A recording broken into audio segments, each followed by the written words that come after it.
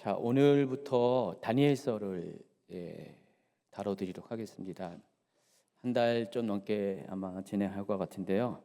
실은 이 다니엘서를 제가 한 4, 5년 전부터 이렇게 강의를 하려고 그랬었어요. 근데 엔타임 강의 연장선에서 요한계시록을 하다 보면은 다니엘서를 반드시 다뤄야 되기 때문에 그랬었는데 따로 시간을 예배 시간에 이제 따로 시간 내기가 어려워가지고 그동안 못 하고 있다가 이번에 이제 우리 그 큐티하는 함께하는 말씀 강의 시간에 12월 달을 다니엘서하고 에스라서를 정했어요.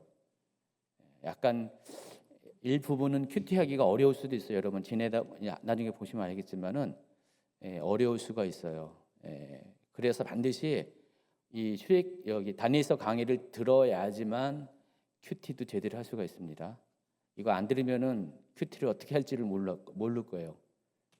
그리고 여러분에게 권면하는 거는 다니엘서가 12장으로 되어 있으니까 이거를 일주일에 한 번씩은 정독을 하시면 좋겠어요. 앞으로 이제 한 대여섯 번 하게 될 때 매주 한 번씩은 정독하시고, 더 시간 되신 분 더 많이 하시고요. 개역 개정으로만 하지 마시고요. 다양한 번역으로, 쉬운 번역으로 많이 하세요. 새 번역도 하고 흠정역도 하고 우리말 성경도 하고 쉬운 성경도 하고 한 대여섯 가지 성경 번역을 통해서 이렇게 다양하게 좀 이렇게 하면 좋겠습니다. 뭐 오늘 이제 이거 오늘 첫 시간 하면은 다니엘서가 어느 정도 파악이 될 거고요. 그리고 이제 앞으로 계속 구체적으로 이제 더 세밀하게 다뤄드리겠지만은 그래도 이제 다니엘서를 이제 통으로 읽고 이해하는 것들이 상당히 중요합니다. 그런 것을 전제하지 않고 큐티를 하다가는 못할 거예요 아마. 특별히 뒷부분에 가서 전반 부분은 그나마 할 수 있는데 뒷부분은 힘들 겁니다. 그래서 꼭 이렇게 해주시기 바랍니다. 자, 다니엘서를 다루기 전에 먼저 히브리 성경에 대해서 좀 설명을 해드리겠습니다. 다니엘서와 에스라서가 이제 연속으로 이어지면서 또 이 부분에 대한 선 이해가 좀 필요합니다.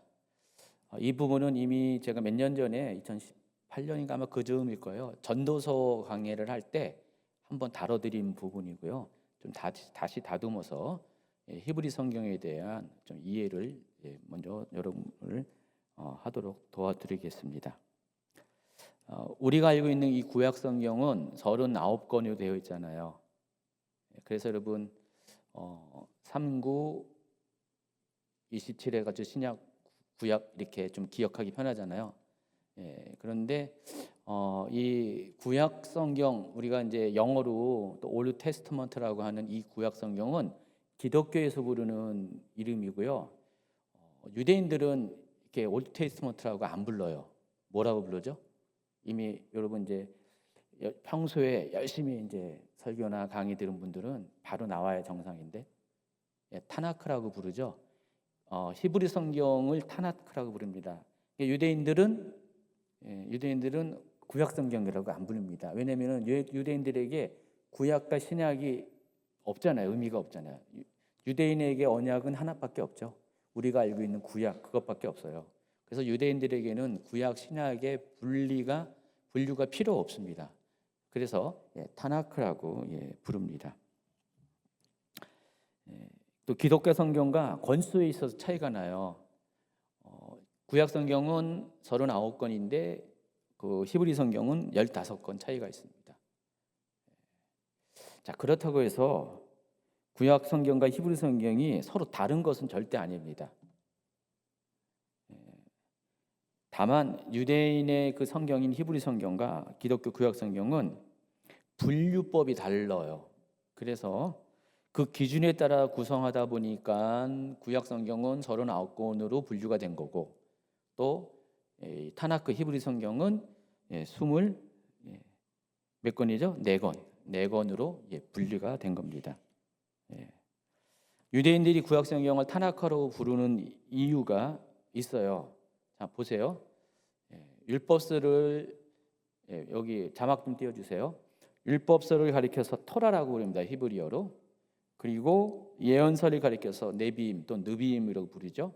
그리고 성문서를 케투빔이라고 부릅니다. 그래서 앞에 토라, 네비임, 케투빔의 첫 글자를 따서 TNK죠. 이것을 모음을 하나 붙여가지고 타나크 이렇게 부르는 겁니다. 그러면은 유대인 히브리 성경은 율법서, 예언서, 성문서를 묶은 것을 유대 히브리 성경이다라고 이해하시면 되겠죠. 이에 비해서 구약 성경은 여기에 역사서라는 그룹이 하나가 더 추가가 돼요. 그러니까 율법서, 역사서, 선지서, 시가서라고 부르는데 히브리 성경에서는 선지서를 예언서로 부르고 시가서를 성문서로 부르잖아요. 이름만 표현 방식만 다른 것뿐이지 내용은 그런 똑같죠. 대신에 이제 역사서를 따로 묶어서 이야기해요. 그래서 좀 이따 설명하겠지만 여기도 나오겠지만은 그 역사서 구약 성경의 역사서는 히브리 성경의 예언서와 성문서 중에서 역사적인 내용과 관련된 것을 다 추려 모아서 역사서 그룹으로 만든 거예요. 구약 성경은. 그러니까 다시 거꾸로 이야기하면은 구약 성경에 있는 역사서가 히브리 성경에서는 성문서와 예언서로 나눠지게 됐다는 거예요. 그래서 히브리 성경은 모두 세 개의 그룹으로 되어 있어요. 율법서와 성문서와 시가서. 그리고 구약 성경은 여기다 역사서 그룹이 하나가 더 붙는다. 자, 그래서 히브리식 성경 분류표를 보시면은요, 율법서와 예언서와 성문서가 있잖아요. 합쳐서 뭐라고요? 타나크라고 부릅니다. 그래서 여러분 율법서는 토라로 알고 있는 5권의 모세 오경 책, 창세기부터 시작해서 신명기까지의 책을 율법서라고 부르고요. 그리고 예언서는 모두 8권인데 전기 예언서와 후기 예언서로 분류가 됩니다. 근데 그 중에서 전기 예언서가 여러분 잘 보세요. 여호수아, 사사기, 사무엘 상하, 열왕기 상하가 있죠. 요게 구약 성경 분류법에 의하면은 이게 역사서 그룹에 들어가고요. 그리고 모두 6권인데 이 히브리 성경에선 타나크에서는 이게 예언서 안으로 들어가고요. 그리고 사무엘 상하가 한 권으로 되어 있고 열왕기 상하도 한 권으로 되어 있어요. 그냥 사무엘서, 열왕기서. 우리 기독교식의 구약 성경은 사무엘상, 사무엘하, 열왕기상, 열왕기하 6권인데 여기서는 4권으로 해요. 그럼 여기서 2권이 줄어들잖아요. 그렇죠? 히브리 성경 분류 방법에 의하면은. 근데 여기 시대를 보면은 여호수아, 사사기, 사무엘, 열왕기가 계속 이어지는 역사거든요. 그래서 비교적 성경 역사 중에서 앞부분에 있는 것들. 그래서 전기 예언서라고 부릅니다. 또 그런데 이게 이제 역사적인 내용들을 이렇게 모아놓은 거예요. 그래서 전기 예언서라고 부르고요. 후기 예언서가 모두 또 4권 있죠. 여러분 이게 구약 성경에서는 이제 대선지서 그다음에 소선지서를 이렇게 구분해요. 그 다음 거 이렇게 자막 연결해 주세요. 보시면은 예언서, 선지서를 대선지서, 소선지서라고 부르죠. 대선지서가 5개가 있어요. 이사야, 예레미야, 에가, 에스겔, 다니엘. 이렇게 그게 대선지자.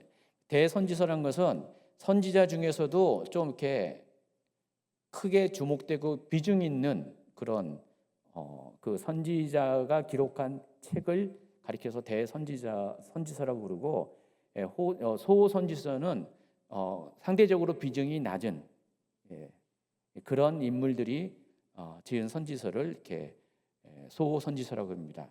대선지서는 5권이고 소선지서는 12권이잖아요. 다시 타나크로 이제 가보세요. 앞에. 그런데 이 중에서 보시면은 이사야, 예레미야, 에스겔만 묶어서 대예언서로 이렇게 분류가 됩니다. 실제로 분량도 예언서 중에서 선지서 중에서 가장 많죠. 그렇죠?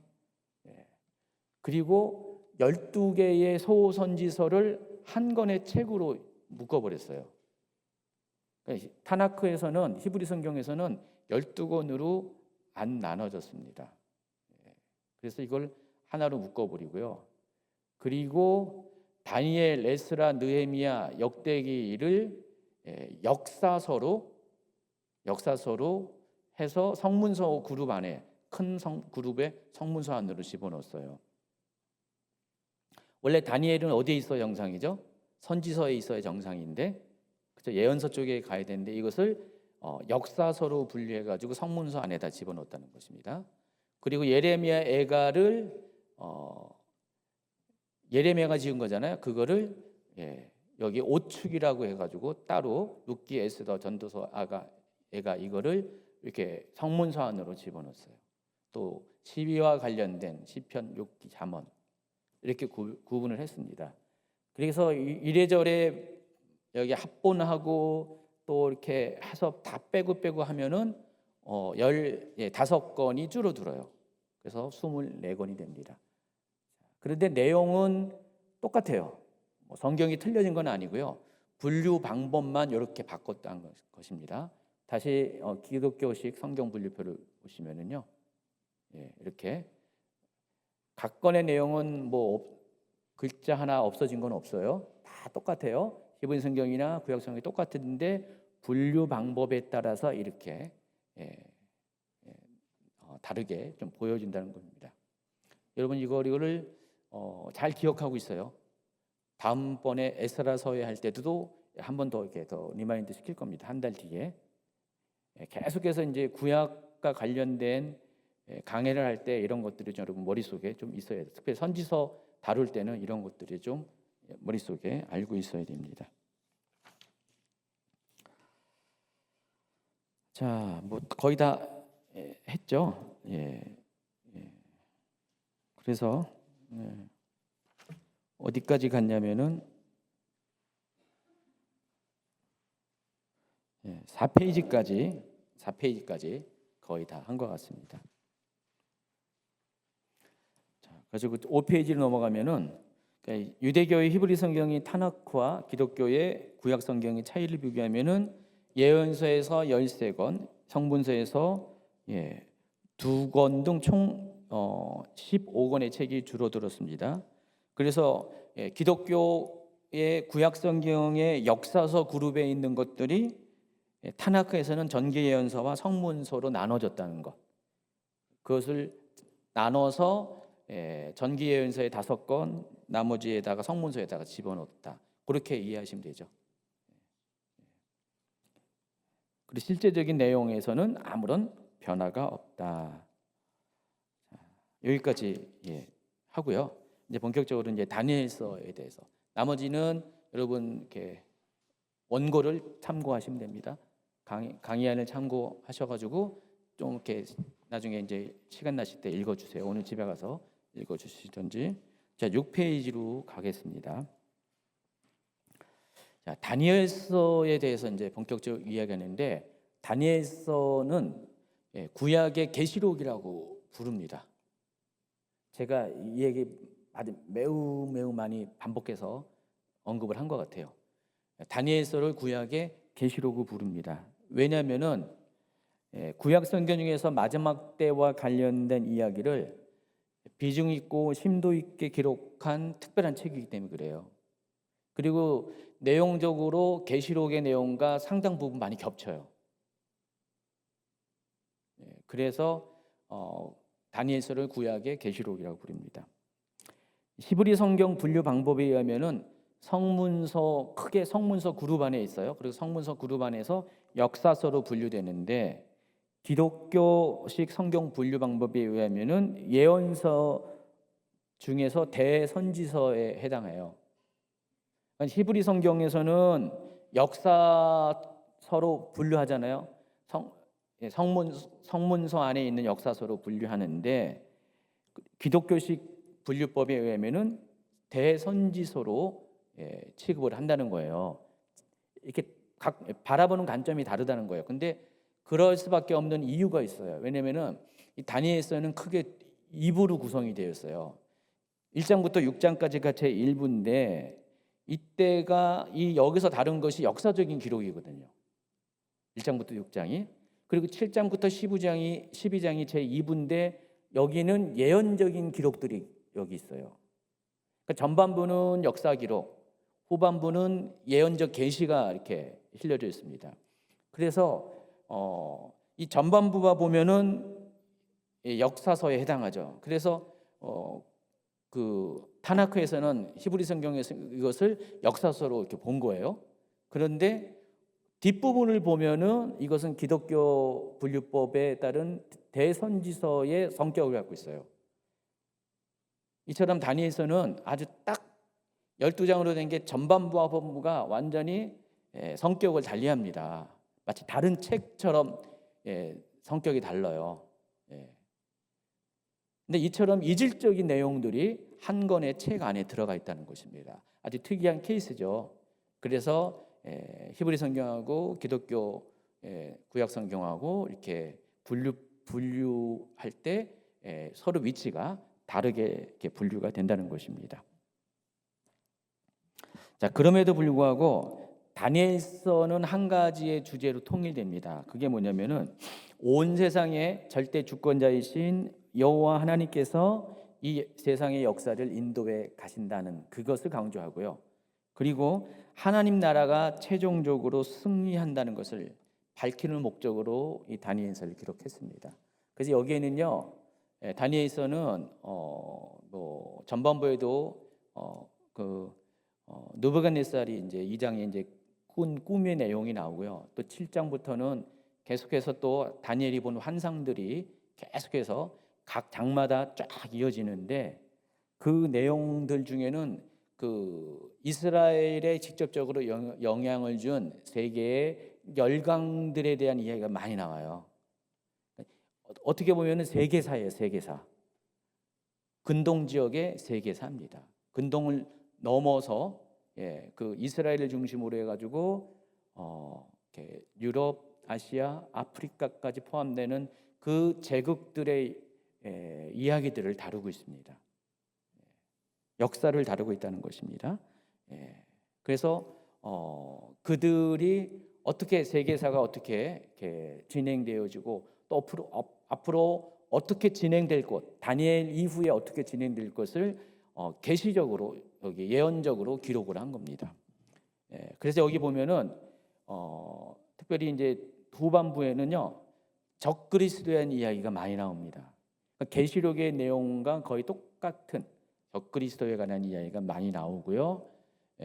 그래서 적그리스도의 왕국이 세상을 지배하는 것처럼 묘사가 되는데 결국은 그럼에도 불구하고 그 적그리스도의 왕국은 무너지고 그리스도의 왕국이 영원한 하나님 나라가 최종적인 승리를 한다. 그 얘기를 하고 있습니다. 그러니까 계시록의 플롯과 똑같아요. 요한계시록의 내용과 전체적으로 보면은 똑같다는 것입니다. 그래서 구약의 계시록이라고 하는 별명이 생긴 것입니다. 자, 다니엘서를 이해하기 위해서는 다니엘서가 쓰여진 시대적인 배경을 좀 알아야 됩니다. 이 부분을 또 이야기하면 또 재미없어 하실 분이 있지만은 그래도 들어야 돼요. 왜냐하면 에스라서도 또 연결돼요. 이게 다니엘서만 이렇게 관련된 내용이 아니라 에스라서 할 때도 이 기본적인 지식이 있어야 됩니다. 다니엘서는 어떻게 시작하면은 바벨론 왕국에 이제 포로로 끌려간 다니엘과 그 세 친구 아시죠? 다니엘과 세 친구.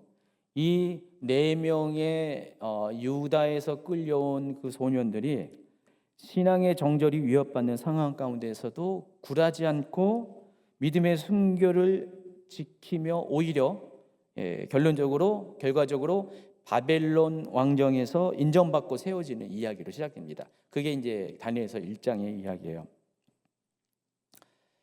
그래서 그때가 이제 BC 605년 상황으로부터 시작하는데 BC 605년이 어떤 일이 있었냐면은 좀 이따 설명하겠지만은 유다가 바벨론에 처음으로 포로로 끌려가는 첫 번째 해예요.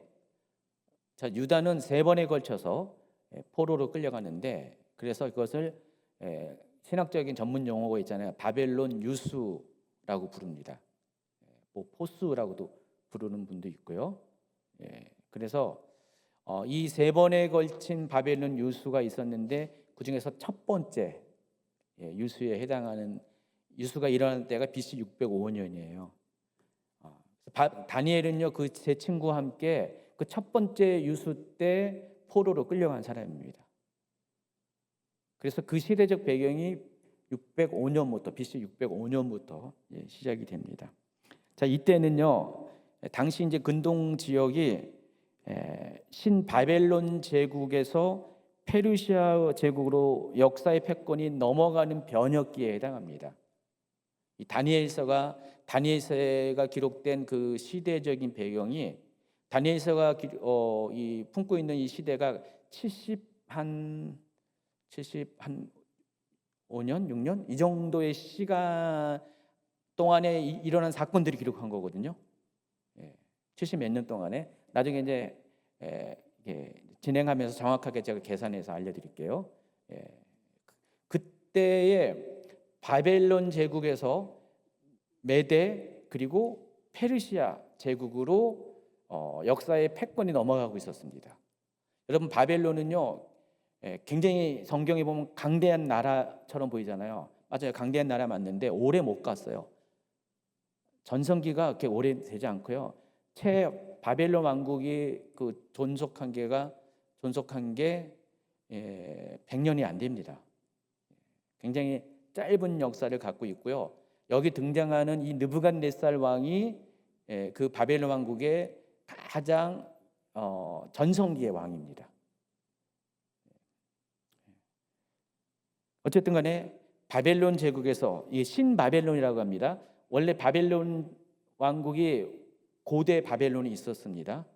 고대 바벨론이 이제 아브람 시대 그때쯤 고대 바벨론이 있었고요. 여기는 신바벨론이라고 부릅니다.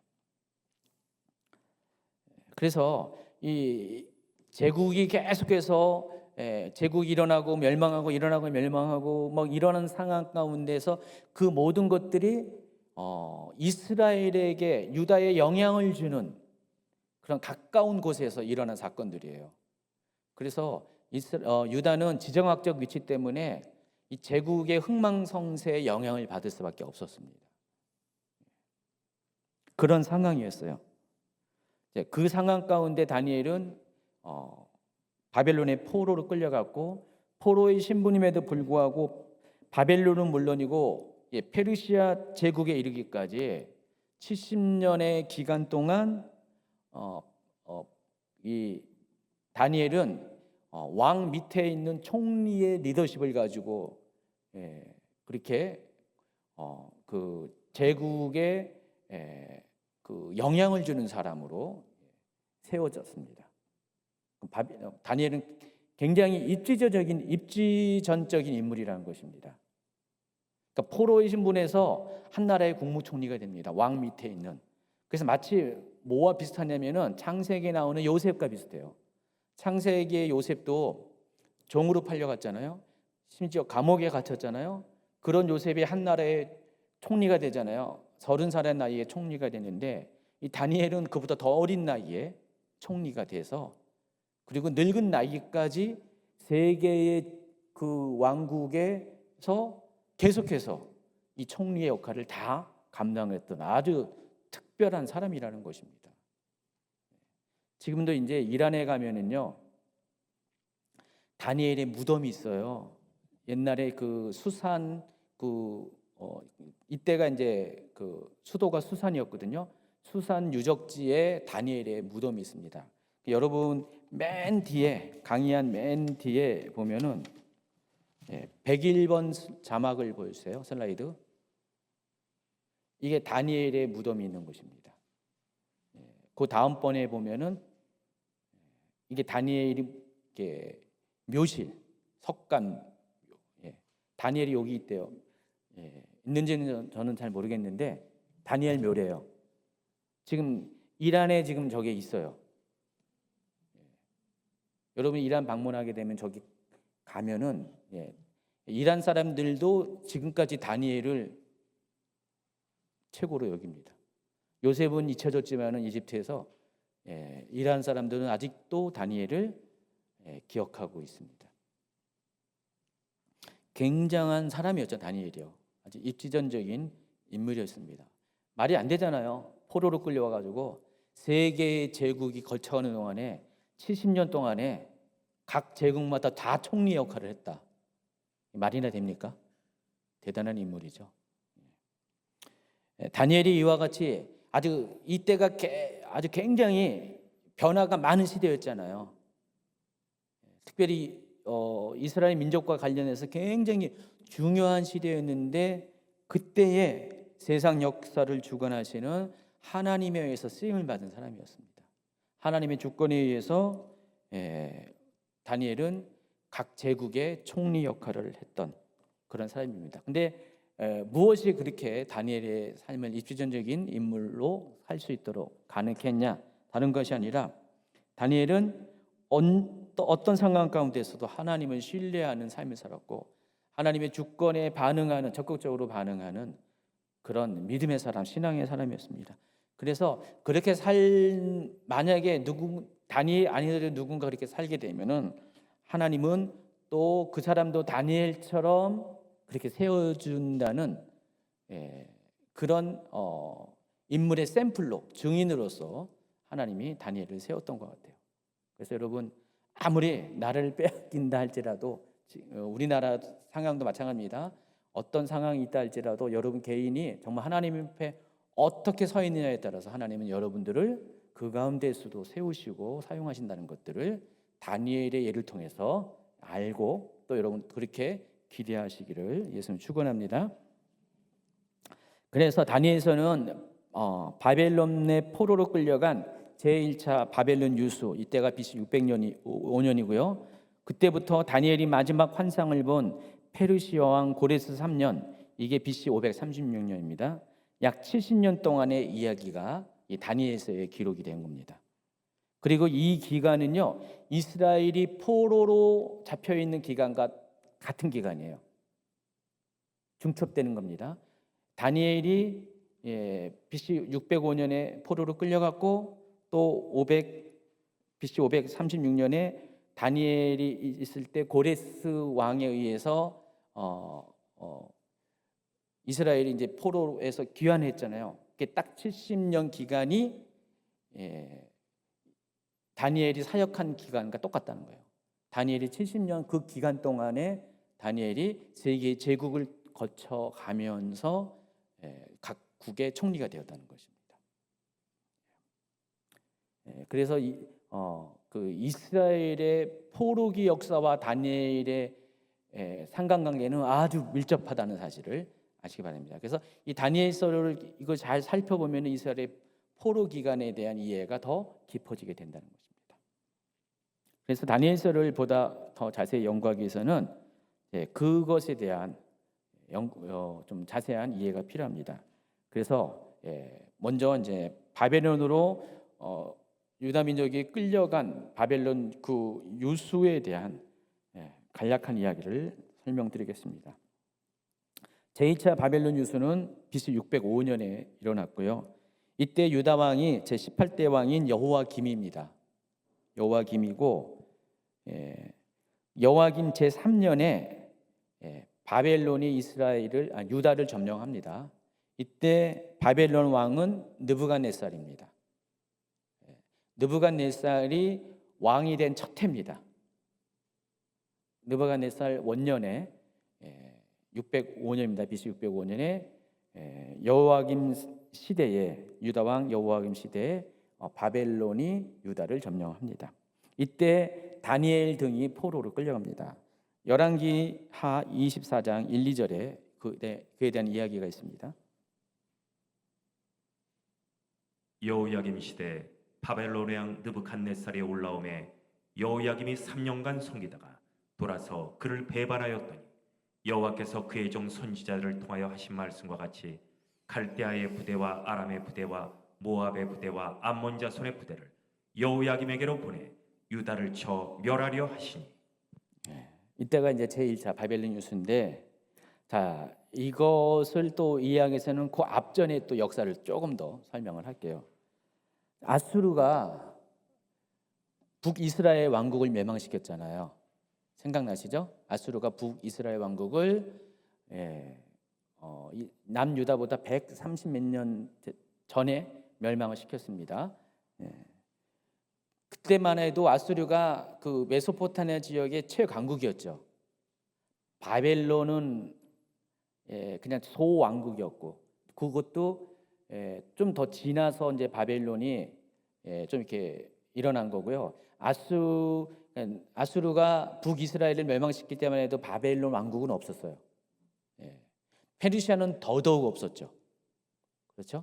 아직 존재하지 않을 때 아수르가 그 지역을 지금의 이라크, 시리아 이 지역을 다 통치하는 당시 최강국이었습니다.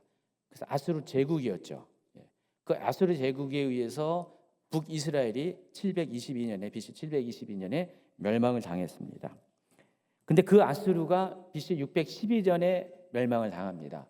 누구한테 멸망당하냐면 메데 바벨론 연합군에 의해서 멸망합니다. 여러분, 메데와 바벨론은 다른 나라죠. 지금 메데의 후손이 쿠르드족이에요. 지금 현재 쿠르드족. 쿠르드족이고 그 바벨론의 후손이 이라크라고 보면 됩니다. 페르시아 후손은 이란이고요. 그래서 메데와 바벨론이 이때 당시는 같이 연합이 됐습니다. 왜냐면은 좀 이따 설명을 하죠. 그 연합하게 된 이유가 있습니다. 그래서 메데와 바벨론 연합군에 의해서 아수르가 612년에 BC 612년에 멸망을 당합니다. 그리고 3년 뒤에 멸망당한 아수르의 자녀 세력들이 있잖아요. 그래서 다시 아수르 제국의 부흥을 꿈꾸기 위해서 바벨론에 대항합니다. 근데 자기들이 힘 갖고는 안 되니까 이집트를 끌어들입니다. 늘 언제나 이집트는 라이벌이었거든요. 이 메소포타미아에 있는 왕국들과 이 이집트는 늘 라이벌이었어요. 그래서 이집트가 강해지면은 메소포타미아까지 올라가고 메소포타미아에 있는 왕국들이 강해지면 이집트까지 내려오잖아요. 그리고 그 길목에 누가 있었다고요? 이스라엘이 있었어요. 그래서 이스라엘은 이 열강 가운데 남북으로 있는 열강 때문에 늘 언제나 시달리는 형편이었습니다. 대한민국하고 비슷해요. 대한민국이 그 지정학적 위치가 이렇게 지금 중국, 러시아, 지금 일본, 미국 해가지고 남북으로 이렇게 세력들이 서로 대립되는 바로 중간 지점에 있잖아요. 이스라엘이 끝에요. 대한민국은 동쪽 끝에 있는 나라고 이스라엘은 서쪽 끝에 있는 나라입니다. 위도상도 거의 엇비슷하잖아요. 굉장히 그래서 닮은 꼴이 많죠. 그래서 그 이집트를 끌어들입니다. 이때 이집트 왕이 느고인데 이 이집트를 끌어들여 가지고 여기 사진에 보면은요 유프라테스 강 바로 위쪽에 상류 위쪽에 갈그미스라는 지역에서 전투가 벌어집니다. 이집트와 바벨론 군대와의 전투가 벌어집니다.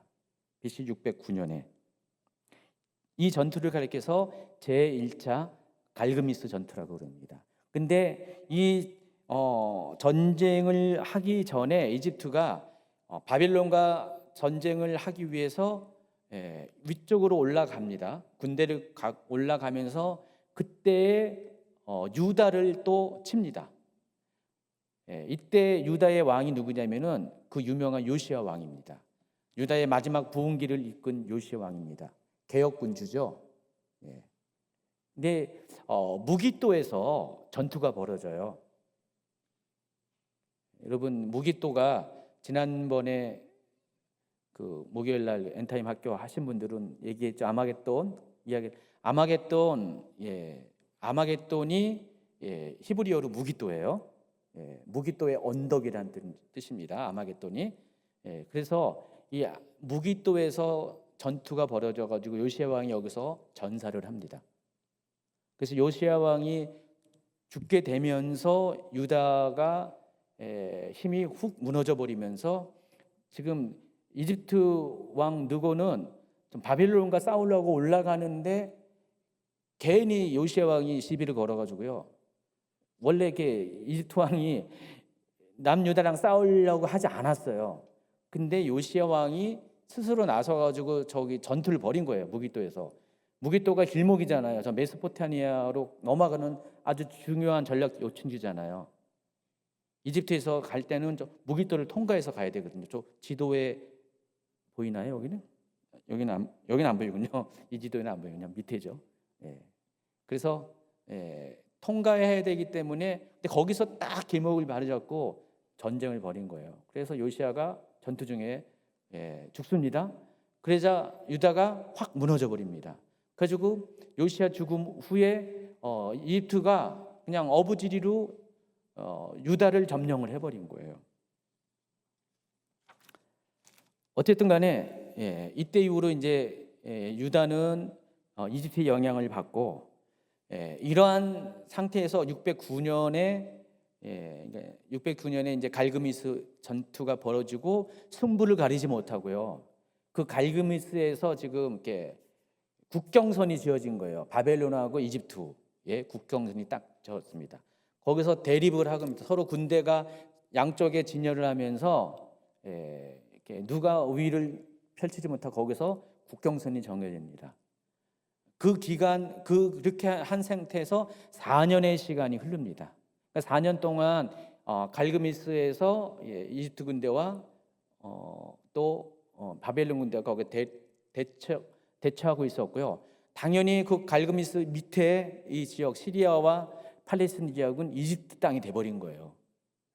이집트의 점령하에 있게 됩니다. 그때 유다 왕국도 이집트의 영향을 받을 수밖에 없었죠.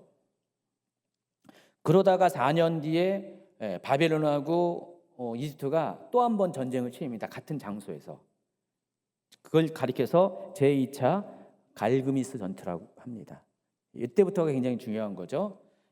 이때 바벨론 군대를 이끈 사람이 느부갓네살이에요. 아직은 왕은 아니었습니다.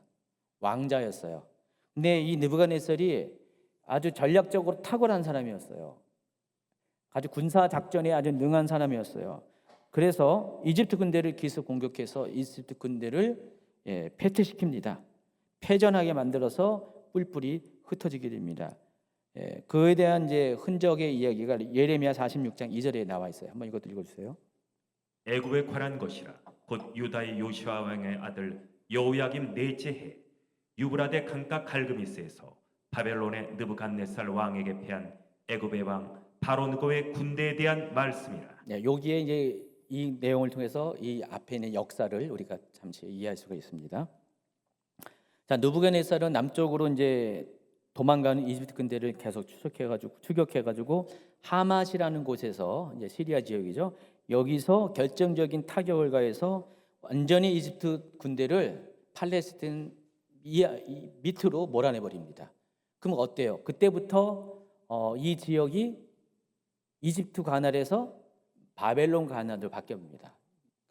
유다 왕국이 이집트 지배에서 4년 동안 이집트가 지배했다가 다시 이제 바벨론 관할로 바뀝니다. 요시야 왕이 있을 때는 중립국이었어요. 남쪽이나 북쪽이나 속국은 아니었어요. 독립국이었는데 요시야 왕이 죽음과 동시에 이집트 쪽에 4년 동안 속국이 됐고 또 이 갈그미스 제2차 갈그미스 전투에서 이집트가 패하면서 팔레스틴 밑으로 쫓겨나게 되면서 이제는 바벨론이 팔레스틴 지역을 관할하게 됩니다. 그래서 바벨론의 속국이 되었다는 것입니다. 그 또 부가적인 얘기가 이제 느부갓네살이 이때는 왕이 아니었고 왕자였는데 이 갈그미스 전투 또 하맛 전투에서 이제 이집트를 쫓아냈죠. 쫓아냈는데 무슨 소식이 들냐면 느부갓네살의 아버지가 나보폴라살 왕이라는 사람인데 갑자기 서거를 합니다. 죽습니다. 이 소식을 듣고 그때가 이제 BC 605년 8월 15일이고 바벨론 여기 느부갓네살이 아직 유다를 점령하지 못한 상태였어요. 점령하지 못하고 본국으로 갑니다. 아버지가. 왜냐하면 왕이 계승권 문제가 있어가지고 가가지고 결국은 이제 신바벨론 왕국의 제 2대 왕으로 등극을 합니다. 그리고 왕위에 오르자 이제 나라가 안정이 되니까 곧바로 미뤄두었던 서부 원정을 다시 재개해가지고 바로 그 해에 이제는 왕의 이름을 가지고 왕의 권위를 가지고 유다를 침공해서 이때 유다에서 유다의 왕 요시야 왕의 아들 여호와김과 또 이때 다니엘 등이 포로로 끌려가게 됩니다. 그걸 가리켜서 제1차 바벨론 유수라고 부릅니다. 그리고 나서 시간이 또 흐릅니다. BC 605년에서 597년이니까 약 한 8년 정도 흘렀죠. 8년의 시간이 흐른 다음에 유다 왕 여호와긴 원년에 바벨론 왕 느부갓네살 8년, 그렇죠? 원년에 느부갓네살 제1년에 이제 저기를 점령했으니까 유다를 점령했으니까 이제 8년의 시간이 흘렀습니다. 이때 또 한 번 바벨론이 유다를 침공합니다. 이때 왕을 비롯해서 여호와긴을 비롯해서 백성과 지도자 10,000명, 군인 7,000명, 기능공 1,000명 등 그러니까 이스라엘 유다의 엘리트들은 다 끌려가요. 이때 에스겔이 끌려갑니다. 에스겔서의 저자인 에스겔이 이때 끌려갑니다. 그리고 그 여호와긴의 그 삼촌인 작은 아버지죠. 작은 아버지인 이 맏다니엘을 그 바벨론에서 여호와긴을 대신해서 왕으로 섭니다. 여호와긴은 여호와김의 아들이에요. 여호와김의 아들인데 그 아들을 그 여호와김도 이집트가 세운 왕이에요. 요시아가 죽고 난 다음에 이집트가 여호와김을 세웠고요. 그 여호와김이 또 바벨론으로 끌려가잖아요. 끌려갈 때 여호와긴을 세웁니다. 그리고 이 맏다니아는 여호와김의 동생이에요. 요시아 왕이 3명의 아들이 있거든요. 근데 3명의 아들이 다 왕이 돼요. 결국은 순서가 바뀌어요. 바뀌어서 왕이 되는데 그때 열왕기서 할 때 배웠지 않았습니까? 다시 한번 추억을 곱씹어서 한번 생각을 해보시기 바랍니다. 그래서 이 맏다니아를 왕으로 삼고 이름을 바꿔요. 시드기야로 바꿔버립니다. 그리고 이 사람이 결국은 유다가 멸망할 때까지 존속한 마지막 왕이 됩니다. 그래서 시드기야가 왕이 된 지 11년째 되는 해인 BC 586년에 유다가 다시 바벨론이 다시 유다를 제3차로 침공합니다. 이 내막들 잘 보면은요, 이 요시아의 세 아들이요 계속 줄타기를 했어요. 이집트와 그 바벨론 사이에서 그때 국제 정세에 따라서 이집트에 붙었다가 바벨론에 붙었다가 지조 없이 왔다 갔다 하면서 결국은 양쪽에서 다 당한 거죠. 특별히 바벨론한테 괘씸죄로 해가지고 당한 겁니다. 정치적으로 외교적으로 문제가 많이 있었죠. 이 시대. 요시야 왕은 굉장히 중립 외교를 잘 했었는데 자기의 힘이 어느 정도 힘이 있고 국력이 있으니까 그게 가능했는데 여기 요시아의 세 아들은 완전히 정치적으로 무능하고 하나님 앞에서도 우상 숭배하고 요시아는 안 그랬는데 외교적으로도 문제가 많았어요. 그러다 보니까 양대 세력의 밥이 된 겁니다. 그래서 시드기야 11년에 예루살렘이 함락이 되고요. 그 남유다가 이제 멸망을 합니다. 시드기야 왕은 자기 눈앞에서 아들들이 다 죽게 됩니다. 본인은 2눈이 뽑혀가지고 바벨론으로 끌려가서 결국 거기서 감옥에서 생을 마감하게 됩니다. 이때 예루살렘 성도 파괴되고요. 솔로몬 성전도 완전히 파괴가 되어버립니다. 그리고 유다의 가장 하층민들만 남겨두고 모든 사람들이 다 끌려갑니다. 바벨론. 그 유다가 완전히 멸망을 하게 됩니다. 이것을 제3차 바벨론 유수라고 그러고요. BC 586년에 이 일이 발생했습니다. 그래서 23번 슬라이드가 그와 관련된 지도입니다. 그리고 나서 70년 후에 포로 귀환이 일어나게 됩니다. 그 상태로 이제 유다는 바벨론에서 포로 생활을 하고요.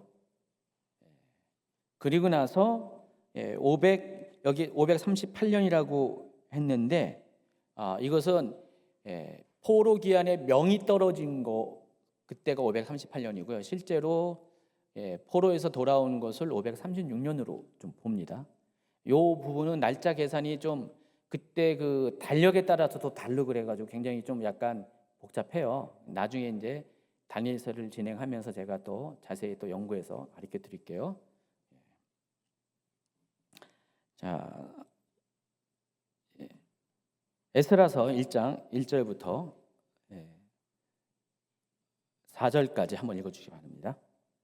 바사왕 고레스 5년에 여호와께서 예레미야의 입을 통하여 하신 말씀을 이루게 하시려고 바사왕 고레스의 마음을 감동시키심에 그가 온 나라에 공포도 하고 주소도 내려 이르되 바사왕 고레스는 말하노니 하늘의 하나님 여호와께서 세상 모든 나라를 내게 주셨고 나에게 명령하사 유다 예루살렘에 성전을 건축하라 하셨나니 이스라엘의 하나님은 참신이시라. 너희 중에 그의 백성된 자는 다 유다 예루살렘으로 올라가서 이스라엘의 하나님 여호와의 성전을 건축하라. 그는 예루살렘에 계신 하나님이시라. 그 남아 있는 백성이 어느 곳에 머물러 살든지 그곳 사람들이 마땅히 은과 금과 그 밖의 물건과 짐승으로 도와주고 그 외에도 예루살렘에 세울 하나님의 성전을 위하여 예물을 기쁘게 드릴지니라 하였더라. 이게 바로 그 유명한 무슨 칙령이요? 고레스 칙령입니다. 고레스는 이제 성경에서 고레스인데 키루스라고 그러죠. 세계사에서는 키루스 칙령입니다. 이때 스룹바벨이 백성들을 이끌고 옵니다. 그게 2장에 나와 있어요. 에스라 2장 2절. 곧 스룹바벨과 예수아와 느헤미야와 이렇게 쭉 나와 있죠. 그때 스룹바벨이 이 사람들을 데리고 고국으로 고토로 돌아오게 됩니다. 그게 제1차 포로기한이라고 부릅니다. 두 번째가 시간이 꽤 흘렀죠. 거의 80년이 시간이 지난 BC 458년에 두 번째 포로기한이 일어납니다. 이때 이 포로들을 이끌고 온 사람이 에스라예요. 우리 이제 다니엘서 다음에 에스라서를 하죠. 그 에스라서를 지은 그 에스라, 에즈라죠. 에스라가 두 번째 그룹을 데리고 옵니다. 그때가 그 이야기가 에스라 7장부터 나와 있습니다. 그래서 에스라서도 전반부는 1차 포로기한 때의 이야기고 후반부는 2차 포로기한 때의 이야기가 나온 겁니다. 그리고 세 번째 포로기한이 또 시간이 또 흘러가지고 432년에 이번에는 느헤미야가 사람들을 이끌고 옵니다. 그래서 이때 이야기가 느헤미야서에 써 있어요. 아까 여러분께 그 도표 본 것처럼 아시겠지만은 에스라서와 느헤미야서는 히브리 성경에서는 한 권으로 되어 있어요. 에스라 느헤미야라 이렇게 한 권으로 되어 있습니다. 그리고 내용도 비슷한 게 많아요. 중복되는 게 많이 있습니다.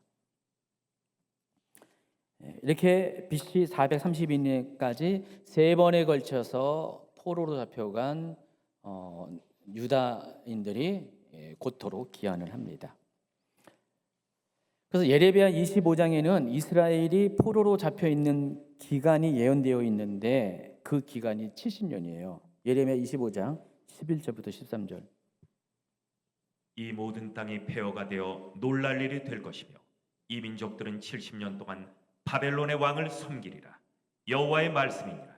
70년이 끝나면 내가 바벨론의 왕과 그의 나라와 갈대아인의 땅을 그 죄악으로 말미암아 벌하여 영원히 폐허가 되게 하되 내가 그 땅을 향하여 선언한 바 곧 예레미야가 모든 민족을 향하여 예언하고 이 책에 기록한 나의 모든 말을 그 땅에 임하게 하리라.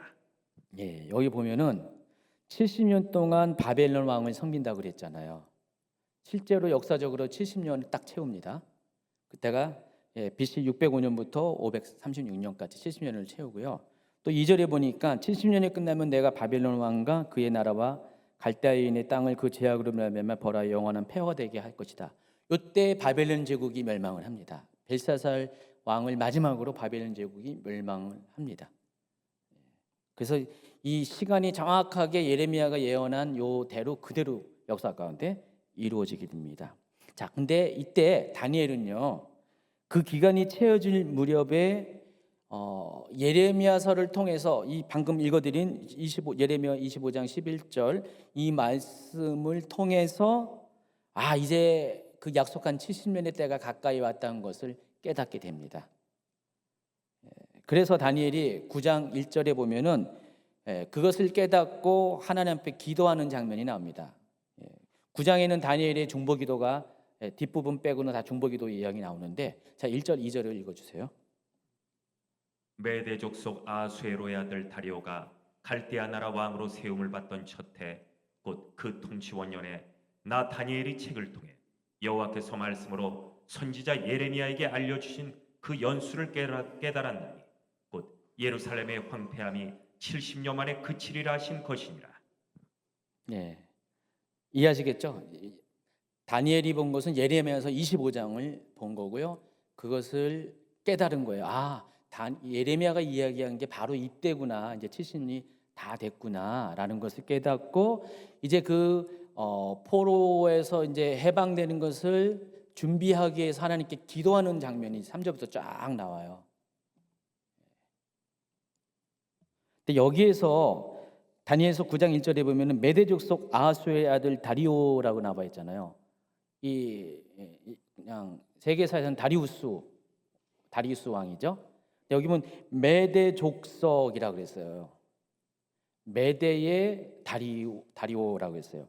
근데 이 다리오라는 것은 사람 이름이 아니라 사람 이름 뒤에 보면 이제 왕명이 나오는데 보자명에 가까운 겁니다. 이때만 해도 보자명에 가까운 거예요. 그래서 이 다리오가 누구냐면은 키악사레스 2세라는 사람입니다. 메대의 왕 중에서 키악사레스 2세가 있는데 이 사람이 누구냐면은 고레스의 장인이에요. 페르시아 왕 고레스의 장인입니다. 그럼 여러분 그때 처음 알았잖아요. 고래 그래야죠. 고래. 그래서 인척 관계가 된 거죠. 실은 정치적인 그런 인척 관계인데 이때 정치적인 동맹에 의해서 메대와 페르시아는 다른 민족입니다. 다른 민족인데 그 키악세레스 2세가 자기 딸을 페르시아 왕인 고레스와 결혼시켜 가지고 고레스가 사이가 된 거예요. 그래서 이 고레스가 바벨론을 정복을 한 겁니다. 키악사레스는 그냥 가만히 있었고 그 사이가 바벨론을 정복을 한 거예요. 그래서 키악사레스 2세가 사이에 의해서 메대의 왕인과 동시에 바벨론 왕으로 등극을 합니다. 그러니까 메대와 바벨론을 동시에 통치하는 왕이 돼요. 그래서 여기 9장 1절에 갈대아 나라 왕으로 세움을 받던 첫 해라고 한 거예요. 누구에서 세움을 받았어요? 고레스가 이 키악사레스 2세를 장인을 바벨론의 왕으로 이렇게 추존을 한 겁니다. 장인어른 바벨론은 내가 점령했지만은 바벨론을 통치하십시오라고 해서 바벨론 왕으로 세웠습니다. 그렇지만은 이제 키악사레스 2세는 몇 년 안 가서 죽어요. 2, 3년밖에 뒤에 죽어요. 그래서 자동적으로 고레스가 이미 페르시아 왕이죠. 페르시아 왕이면서 메대의 또 왕이 되고 또 바벨론의 왕이 돼요. 그래서 메소포타미아 지역의 남북의 그 긴 모든 땅의 전체를 통치하는 왕이 돼요. 그래서 페르시아 왕국에서 갑자기 페르시아 제국이 되는 겁니다. 이해하시겠죠? 그런 세계사적인 어떤 변혁이 있습니다. 이때 바벨론 왕이 누구냐면은 벨사살이에요. 벨사살이 바벨론의 마지막 왕입니다. 다니엘상 다니엘서 5장 30절 31절. 그날 밤에 갈대아 왕 벨사살이 죽임을 당하였고 메대 사람 다리오가 나라를 얻었는데 그때 다리오는 62세였더라. 그래서 이 5장 30절에 보면은 갈대 왕 벨사살이 죽임을 당했다 그랬는데, 이 5장 2절, 이 5장 30절인데 5장 2절에 보면은요, 벨사살의 아버지가 느부갓네살로 표현이 돼요. 근데 느부갓네살이 벨사살의 아버지는 아니에요. 여러분 아시겠지만은 히브리서 같은 경우, 아람어도 뭐 비슷하겠죠. 히브리서 같은 경우는 그냥 뭐 아버지 하면은 그냥 바로 내 아버지만 아버지가 아니라 할아버지도 아버지고요, 조상들이 다 아버지예요. 아들 하면은 바로 밑에 아들만 아들이 아니라 후손들이 다 아들이에요. 단어 자체가 그렇게 돼 있어요. 그래서 이 벨사살의 아버지가 느부갓네살이라고 나오는데 실제로는 그렇지 않습니다. 표를 보면 이렇게 그림을 보시면 나와 있죠. 바벨 왕국의 그 왕조 계보를 쭉 보시면은요, 이 나보폴라살이 제1대 신바벨론 왕국의 왕이었어요. 그리고 느부갓네살, 그리고 에일무로닥이라고 있습니다. 그런데 에일무로닥은 뭐 1년밖에 왕이 통치 못했잖아요. 그래서 그 사이에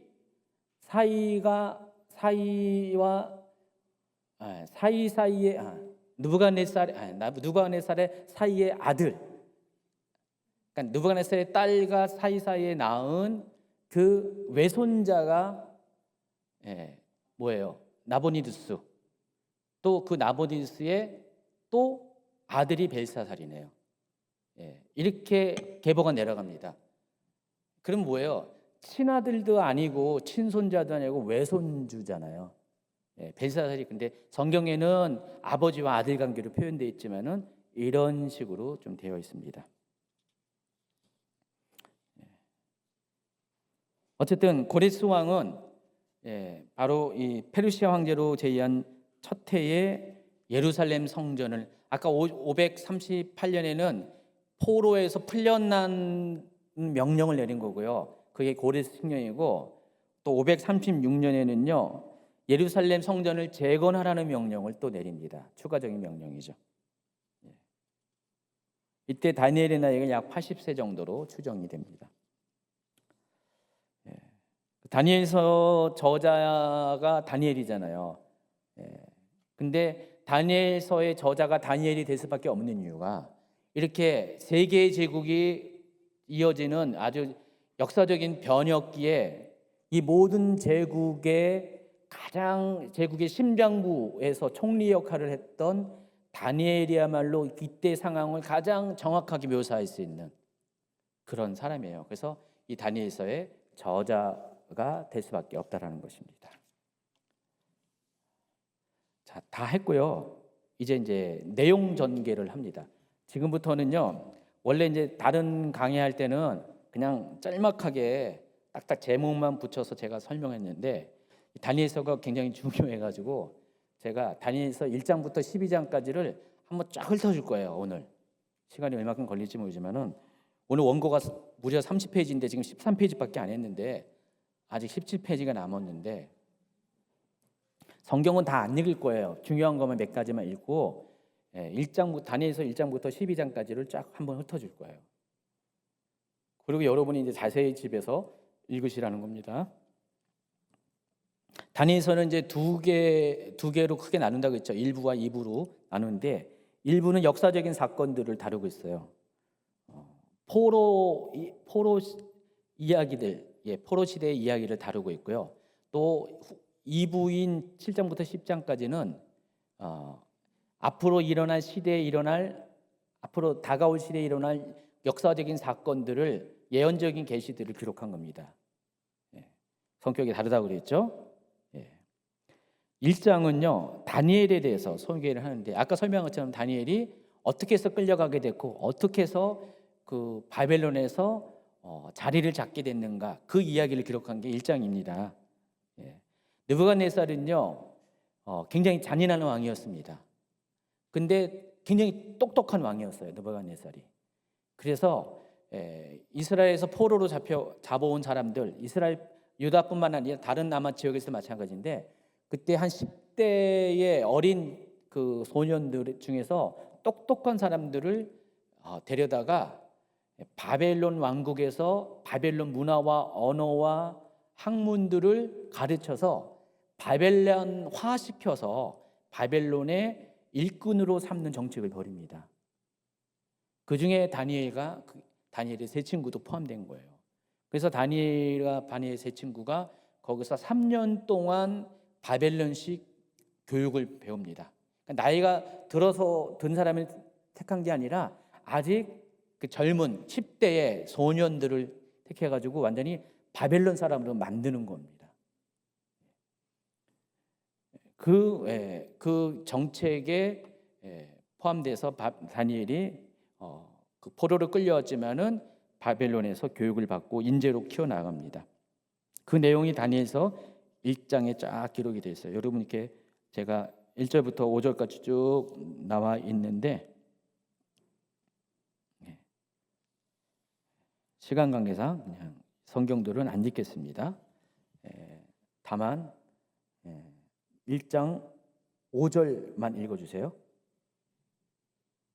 왕은 그들에게 왕이 먹는 귀한 음식과 왕이 마시는 포도주를 날마다 먹도록 주면서 3년 동안 교육시켰습니다. 교육을 다 마친 후에는 바벨론 왕을 위해 일하게 했습니다. 자, 그런데 이제 이때에 어떤 사건이 벌어졌냐면은 느부갓네살은 자기 그 식탁에서 나오는 음식들을 이 교육받는 다니엘과 친구들에게 나눠줍니다. 어떻게 보면 굉장히 영광스러운 거잖아요. 여러분 옛날에 왕들은요, 자기 혼자만 밥 먹는 게 아니라 엄청 많은 사람과 항상 끼니 때마다 같이 밥을 먹습니다. 그래서 왕의 식탁에 앉는 것은 영광이에요. 그리고 왕의 식탁에 이렇게 만드는 음식들을 나눠 먹는 사람도 영광입니다. 아무나 먹는 게 아니죠. 권위가 있고 권세가 있는 사람들만 먹는 겁니다. 어떻게 보면 영광인데 다니엘은 그걸 거절합니다. 왜 그러냐면은 이 왕의 식탁에 올라간 게 특별히 고기 종류가 어떤 고기냐? 우상 숭배 신전에 드렸던 고기예요, 다. 다니엘은 그걸 알기 때문에 우상에게 바쳐진 음식을 먹기 싫어서 그래서 그걸 거절합니다. 그리고 오로지 채소와 물만 먹는 거예요. 근데 이렇게 포로들을 훈련시키는 그 내시가 보기에 만약 그렇게 했다가 얼굴이 비리비리해가지고 다른 데서 붙잡혀온 다른 그 사람들하고 비교해서 고기를 안 먹고 얼굴이 비리비리하면은 자기가 문책을 당할 것 같아가지고 다니엘에게 그러지 못하게 했는데 다니엘이 자기를 시험하라 그랬잖아요. 시험해가지고 감독관에게 열흘 동안에 자기를 시험해가지고 물과 채소를 먹겠는데 그 후에 자기 얼굴이 고기를 먹는 다른 사람들하고 비교해서 만약에 나쁘면은 안 좋으면은 자기가 대가를 치지만은 괜찮으면은 그대로 유지시켜달라 했는데 열흘 뒤에 보니까 어떻게 돼요? 얼굴이 좋아졌잖아요. 그래서 다니엘은 3년 동안을 그렇게 우상에 드려진 음식을 먹지 않고 이렇게 버텨냅니다. 그리고 3년이 딱 지나고 나서 18절에 보니까 17, 18절 읽어주세요. 하나님께서는 이 네 명의 젊은이들에게 지식을 주셔서 모든 학문과 제조에 뛰어나게 하셨습니다.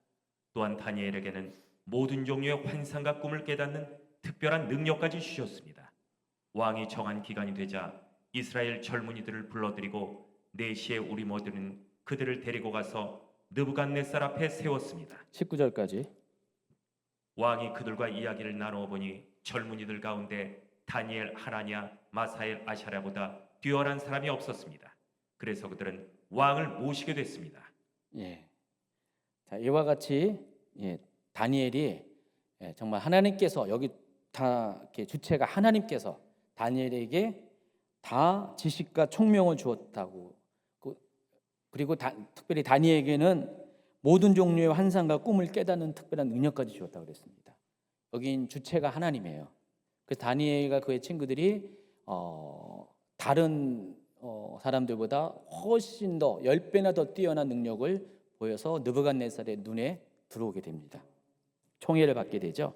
자, 그 내용들이 1장에 기록이 되어 있어요. 그래서 여기 파란색으로 표시한 것은 거기에 해당하는 단락들입니다. 여기 맞춰서 제목대로 주제를 가지고 읽어주기 바랍니다. 그리고 이제 2장으로 넘어갑니다. 2장으로 넘어가면 느부갓네살이 꿈을 꿉니다. 2개의 꿈 얘기가 나오는데 첫 번째 꿈이 2장에 나와 있습니다. 어느 날 느부갓네살이 꿈을 꾸게 되는데 꿈이 좀 아주 특별한 꿈이었어요. 근데 꿈을 해석하기 위해서 당시 바벨론 제국이 아주 뛰어난 인재들을 다 끌어모읍니다. 주술사들, 꿈 해석할 수 있는 가능성 있는 모든 사람들을 다 끌어들여 가지고 왕 앞에 서게 합니다. 근데 문제가 뭐냐면은 자기가 꿈 내용을 얘기를 안 하는 거예요. 꿈 내용을 얘기 안 하고 내가 무슨 꿈을 꿨는지부터 맞추기 시작하라고 하는 거예요. 그러니까 아무리 지혜가 있는 사람이라 할지라도 그걸 어떻게 합니까? 다들 이건 불가능합니다. 이것은 신의 무슨 계시를 받지 않고서는 사람의 힘으로는 그렇게 할 수가 없습니다. 2장 11절. 왕께서는 너무 어려운 일을 물으시는 것입니다. 인간 세계에 살지 않고 다른 세계에 사는 신이어야만 왕께 그것을 알려드릴 수 있을 것입니다. 아주 말도 안 되는 거잖아요. 그렇죠? 꿈 내용도 알려주지 않고 해석을 요구하는 건 말이 안 되잖아요. 그래서 이제 이렇게 어필을 했더니 왕이 도리어 화를 내고 전부 다 죽이라고. 그래서 모든 바벨론 왕국에 있는 그런 지혜자들을 다 죽이라고 그렇게 했습니다. 여기에 다니엘도 다 포함되는 거예요. 다니엘과 친구들 다 포함되는 거예요. 이 사실을 전해들은 다니엘은 하나님 앞에 친구들과 함께 기도를 합니다. 2장 18절. 다니엘은 친구들에게 그와 친구들이 바벨론의 다른 지혜자들과 함께 죽임을 당하지 않도록 이 알 수 없는 문제를 앞에 놓고 하늘에 계신 하나님께 기도하자고 했습니다. 그랬더니 19절에 그날 밤 다니엘은 자기에게 나타난 환상을 보고 그 비밀을 알았습니다. 다니엘은 하늘의 하나님을 찬양했습니다. 기도했더니 하나님이 가르쳐 준 거예요. 아까 이렇게 다니엘에게 뭐라고 했어요? 꿈과 환상을 볼 수 있는 능력을 주셨다고 했잖아요. 근데도 기도를 한 거죠. 다니엘 목숨이 지금 위급한 상황에 처한 거기 때문에 기도를 했더니 하나님께서 정말로 이렇게 꿈의 내용을 알려주신 거예요. 그래서 그 꿈의 내용을 가지고 왕 앞에 섰고 결국은 꿈 내용을 얘기해가지고 해석까지 해줬더니 느부갓네살이 탐복을 합니다. 탐복을 해가지고요.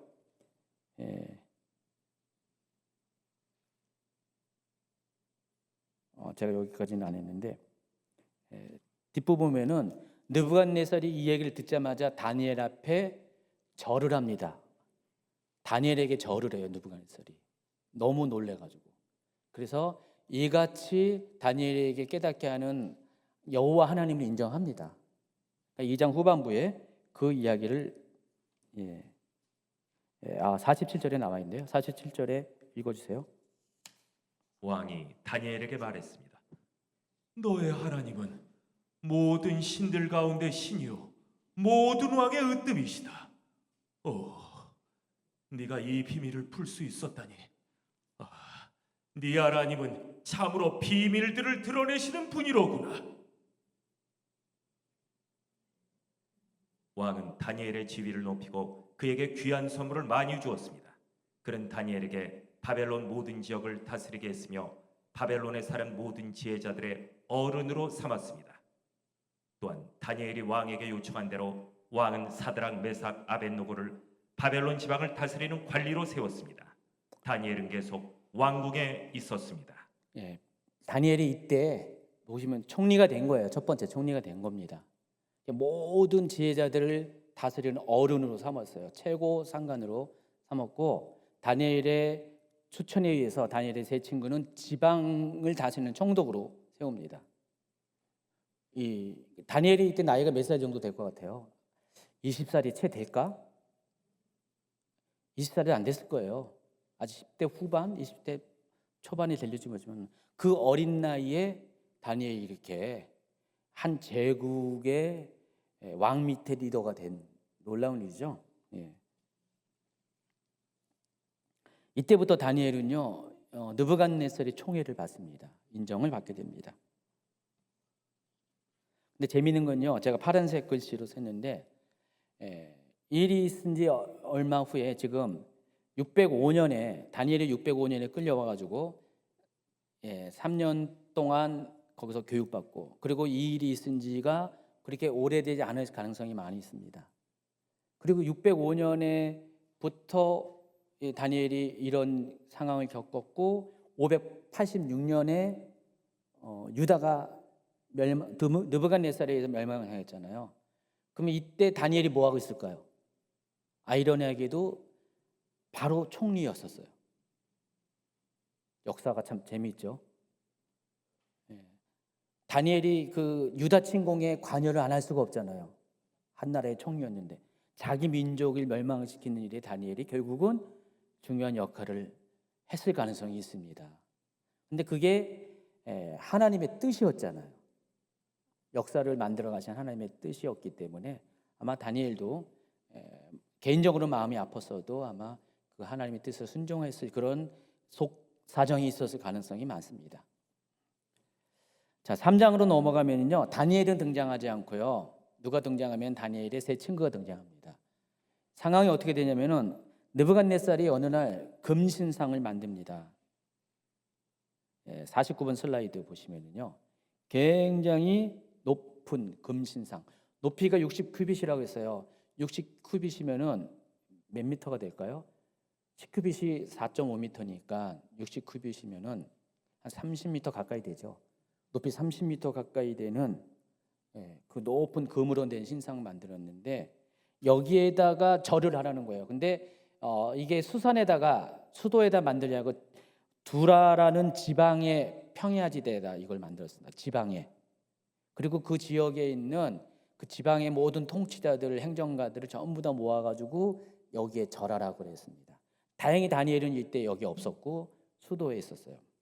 이때 바로 다니엘의 그 추천으로 지방에 파송된 다니엘의 세 친구가 바로 여기에 관여가 됩니다. 근데 다니엘 세 친구가 이 상황 가운데 경배를 하지 않습니다. 그래서 여기 보세요. 딴 사람들 다 이렇게 엎드려 있는데 세 사람만 딱 하니까 눈에 딱 띄잖아요. 그래가지고 이 일로 인해서 문책을 당해서 죽을 수밖에 없는 상황이 오게 됩니다. 자, 그런데 그래서 이들을 풀무불에 집어넣잖아요. 세 명을 풀무불에 집어넣는데 풀무불에다가 집어넣으러 가는 그 사람들, 바벨론 군사들은 다 타 죽었는데 이 사람들은 거기 들어갔는데 타 죽지 않습니다. 그을림도 없고요, 냄새도 없고요, 그리고 멀쩡하게 살아나옵니다. 이것을 보고 느부갓네살이 또 한 번 탐복을 합니다.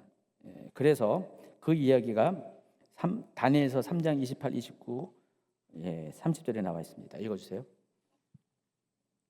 그러자 느부갓네살이 말했습니다. 사드락, 메삭, 아벳느고의 하나님을 찬양하라. 그분이 천사를 보내 그분의 종들을 구해 주셨다. 그들은 하나님을 믿음으로 자기 몸을 바치면서 왕의 명령을 거역하고 하나님 말고는 다른 신을 섬기지 않고 절하지 않았다.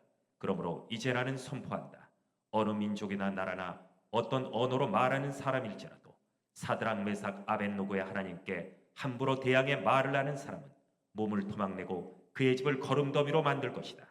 자기를 믿는 사람을 이렇게 구해낼 수 있는 신은 결코 있을 수 없기 때문이다. 그 왕은 바벨론 지방에서 사드락, 메삭, 아벳느고의 벼슬을 더욱 높여주었습니다. 자, 보시면 2장에서도 그렇고 3장에서도 그렇고 느부갓네살은 다니엘과 또 세 친구를 통해서 하나님을 경험하잖아요. 근데 4장으로 넘어가면은 느부갓네살이 두 번째 꿈을 꾸는데 이 느부갓네살이 이 꿈을 통해서 보면은 굉장히 교만했던 것 같아요. 하나님을 두려워하지 않고. 그래서 그 결과 어떻게 되냐? 하나님께서 느부갓네살을 징계합니다. 그래서 느부갓네살이 왕에서 쫓겨나가지고 타인에 쫓겨나가지고 7년 동안 야인 생활을 합니다. 그리고 7년이 채워진 다음에 하나님께서 그를 다시 복권시켜가지고 느부갓네살을 왕이 삼죠. 느부갓네살이 그 계보를 보면은 30 몇 년을 통치를 하죠. 아까 제가 그 그림에 나와 있는데 36년이 아니라 거의 42년이네요. 42년을 통치하네요. 장기 장수왕 수준으로 이렇게 오랫동안 했습니다. 그러니까 바벨론 왕국의 전성기가 70년인데 그 중에서 60%를 느부갓네살이 차지했습니다.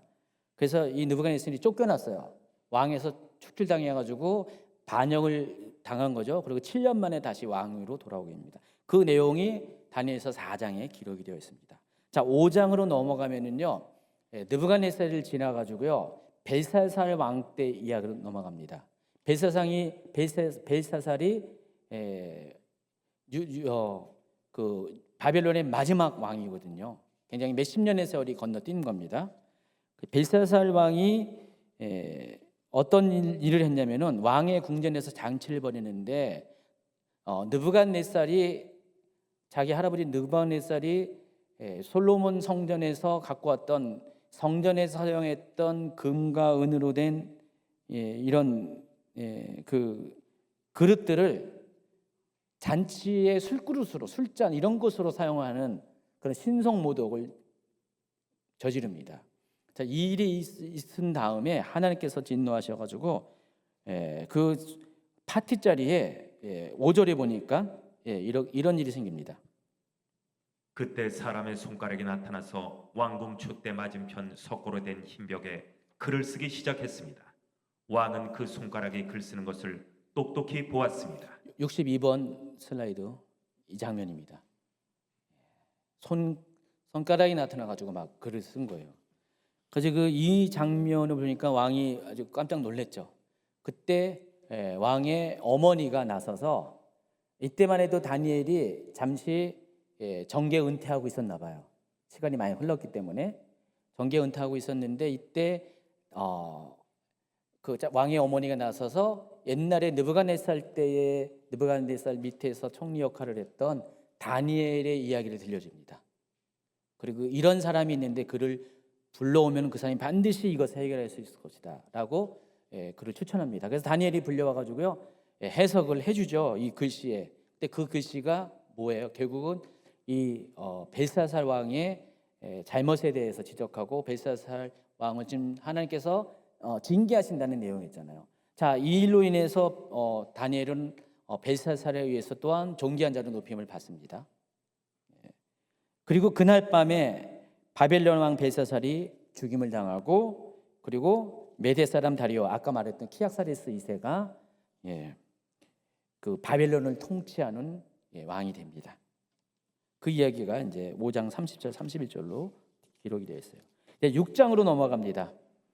이번에 또 다시 다니엘 이야기가 또 등장하는데 이번에는 다리오 왕이 등장합니다. 다리오 왕이 누구라고 했죠? 고레스의 장인 키악사레스 2세.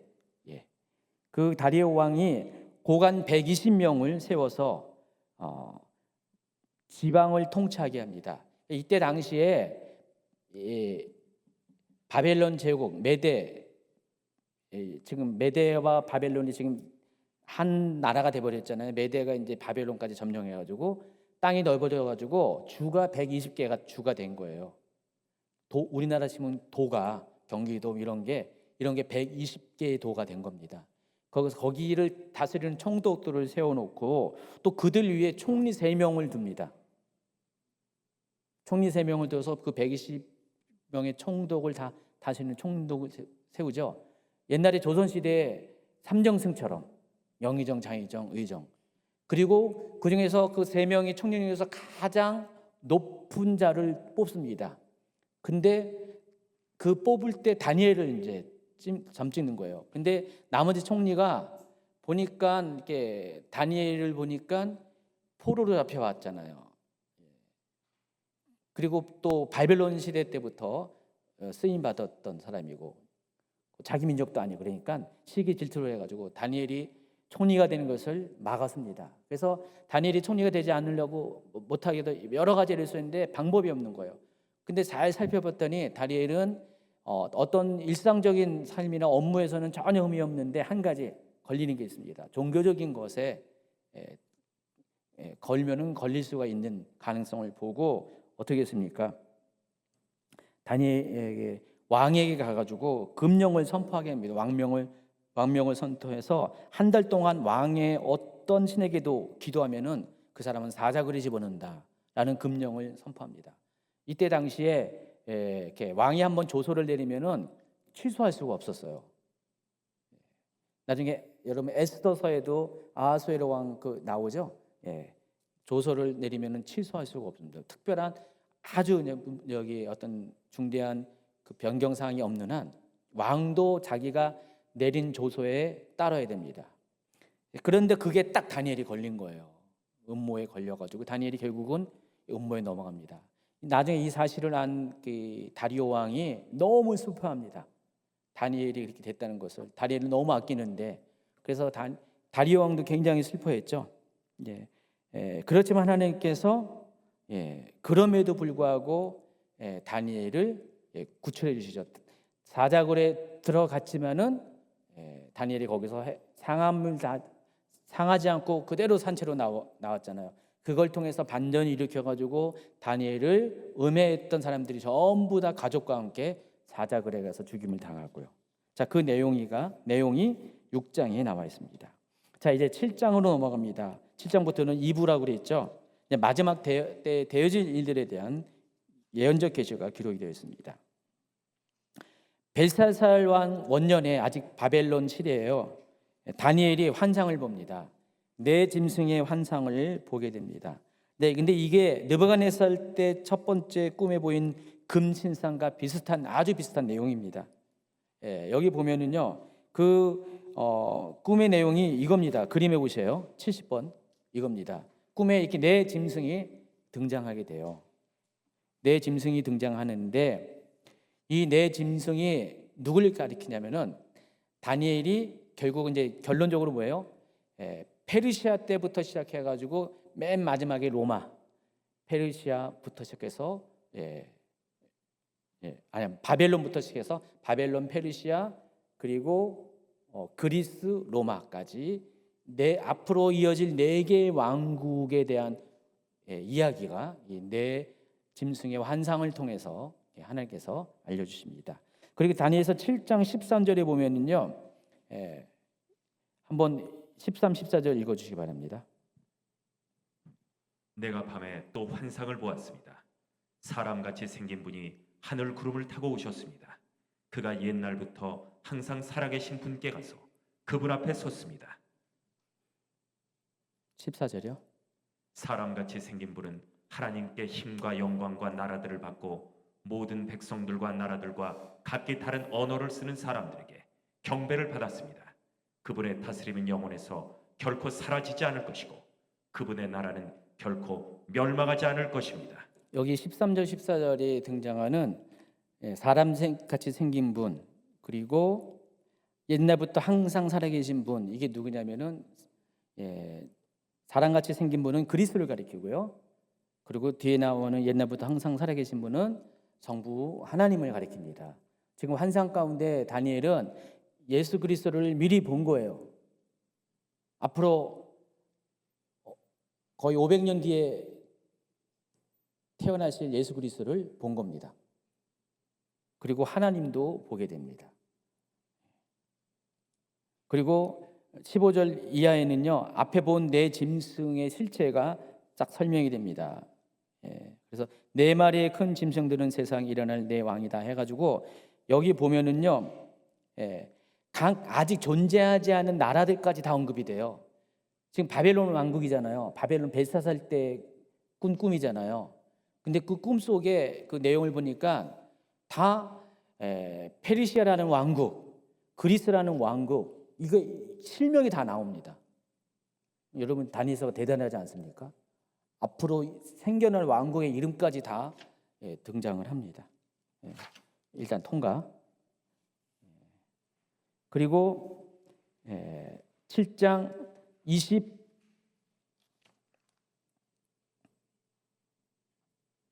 24절부터